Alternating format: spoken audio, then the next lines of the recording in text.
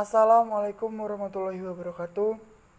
Saya Andri Widiatmoko, mahasiswa Universitas Muria Kudus, Fakultas Pertanian, Agroteknologi B, NIM 2020410775. Pada kesempatan ini, saya akan menyampaikan hasil jawaban saya, yaitu ujian akhir bahasa Indonesia. 1. Jelaskan pola bentuk gabungan terkait. Tuliskan kembali bentuk gabungan terkait di bawah ini. Dalam kaidah bahasa Indonesia, dikenal apa dinamakan dengan bentuk terkait. Jenis kata ini penulisannya selalu digabungkan dengan kata berikutnya. Penulisan kembali kalimat yang salah. Adi plus kuasa jadinya adi kuasa. Catur plus tunggal jadinya catur tunggal. Dwi plus warna jadinya dwi warna. Ekstra plus kurikuler jadinya ekstra kurikuler. Kontra plus reformasi jadinya kontra reformasi. Purna plus wirawan jadinya purna wirawan. Sabta plus krida jadinya sabta karida. Sub plus bagian jadinya sub bagian. Soal nomor 2. Jelaskan perbedaan bentuk penalaran deduktif dan bentuk penalaran induktif. Berikan contoh penalarannya. Penalaran deduktif adalah memperlakukan prinsip-prinsip umum untuk mencapai kesimpulan-kesimpulan yang spesifik. Contoh, semua wanita memiliki 10 jari. Dila adalah seorang wanita. 3. Maka dari itu Dila memiliki 10 jari. Penalaran induktif memuji informasi yang spesifik yang mungkin berupa banyak potongan informasi yang spesifik. Contoh, ada 10 mie instan di kardus. 2 dari mereka adalah soto ayam. 3 oleh karena itu semua mie instan adalah rasa soto ayam. Soal ketiga, jelaskan berikan contoh transkripsi dan transliterasi. Transkripsi adalah penyalinan huruf yang disesuaikan dengan lafal atau disebut alih bunyi. Contoh 1. Saya ingin menjadi guru handal. 2. Mereka tidak suka kue manis. 3. Kami menghindari acara pesta ulang tahun.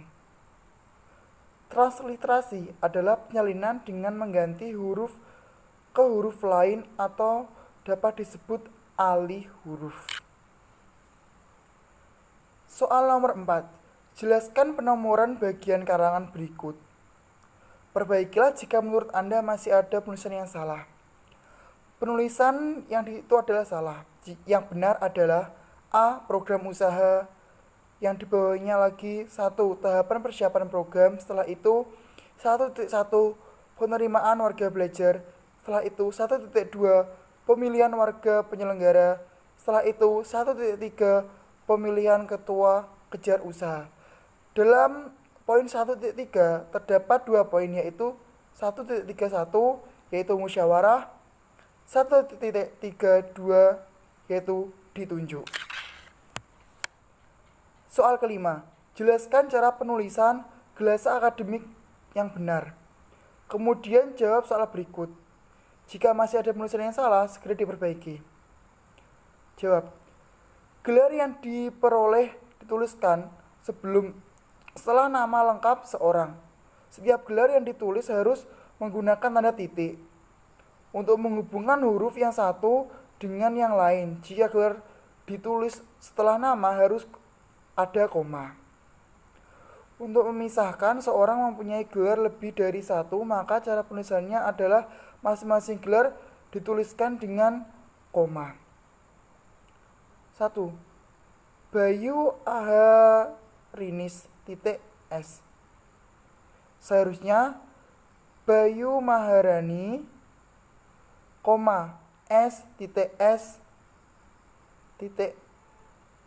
2 R.M. Pratama M.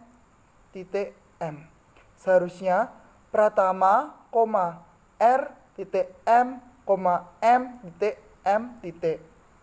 3.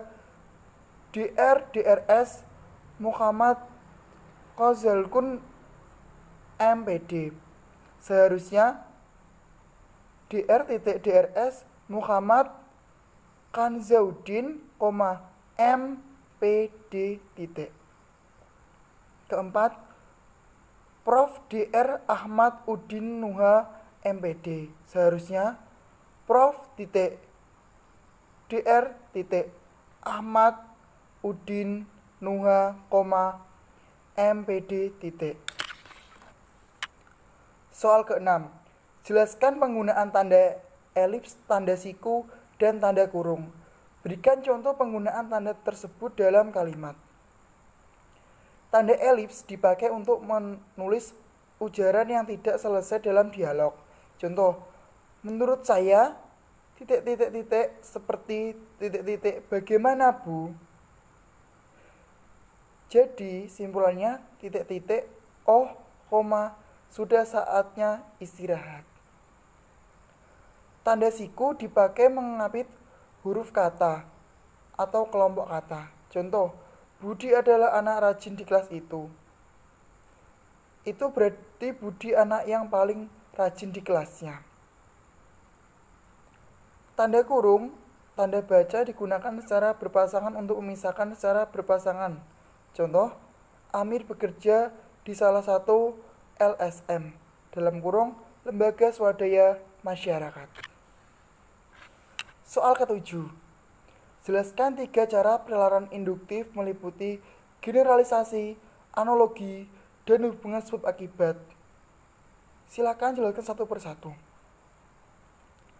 Generalisasi adalah proses penalaran berdasarkan pengamatan atas sejumlah kejadian sifat-sifat tertentu. Contoh, Ibu Tuti adalah pemilik kios yang kini sedang kusewa. Sebutan untuk wanita yang lebih tua.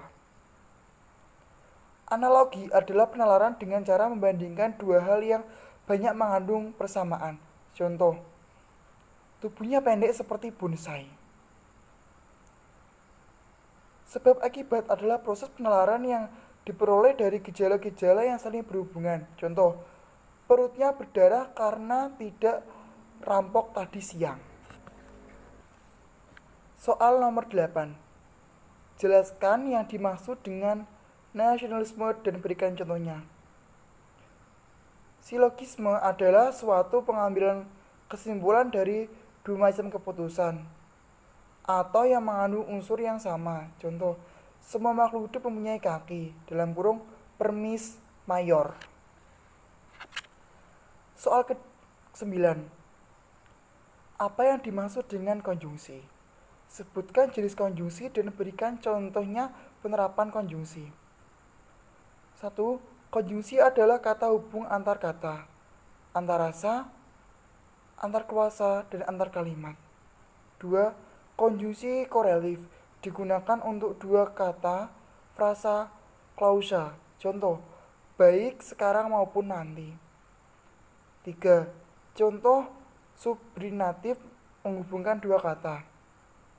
Frasa, klausa. Contoh, pengadian, sekiranya, dan seandainya. Keempat, konjungsi koordinator adalah konjungsi korelatif. Bedanya, konjungsi koordinator digunakan pada kuasa. Contoh, tetapi, atau. Soal nomor 10. Wacana terbagi menjadi 5, yakni wacana narasi, deskripsi, eksposisi, argumentasi, persoal. Jelaskan ciri dan perbedaan setiap wacana tersebut dan berikan contohnya. 1. Wacana narasi adalah salah satu jenis wacana yang menceritakan sebuah kejadian suatu perkara. Contoh, Dika sakit perut karena terlalu banyak makan sambal. 2. Wacana deskripsi adalah satuan jenis wacana yang menggambarkan suatu objek berdasarkan hasil pengamatan. Contohnya, setiap pagi aku selalu bangun pukul 4.30 untuk sholat subuh, kemudian membersihkan tempat tidur, dan setelah itu jogging. 3. Wacana eksposisi adalah jenis satuan wacana yang memaparkan atau menjelaskan sebuah ciri desa. Contoh, Desa Tegarum dilanda musibah banjir karena tanggul jebol. Dalam kejadian ini tidak ada korban jiwa. Keempat, wacana argumentasi adalah suatu bentuk retorika yang berusaha untuk mempengaruhi sikap. Contoh, wacana proposal adalah contoh suatu seni verbal yang bertujuan meyakinkan. Contohnya, marilah kita membuang sampah agar hidup lebih nyaman. Sekian jawaban dari saya.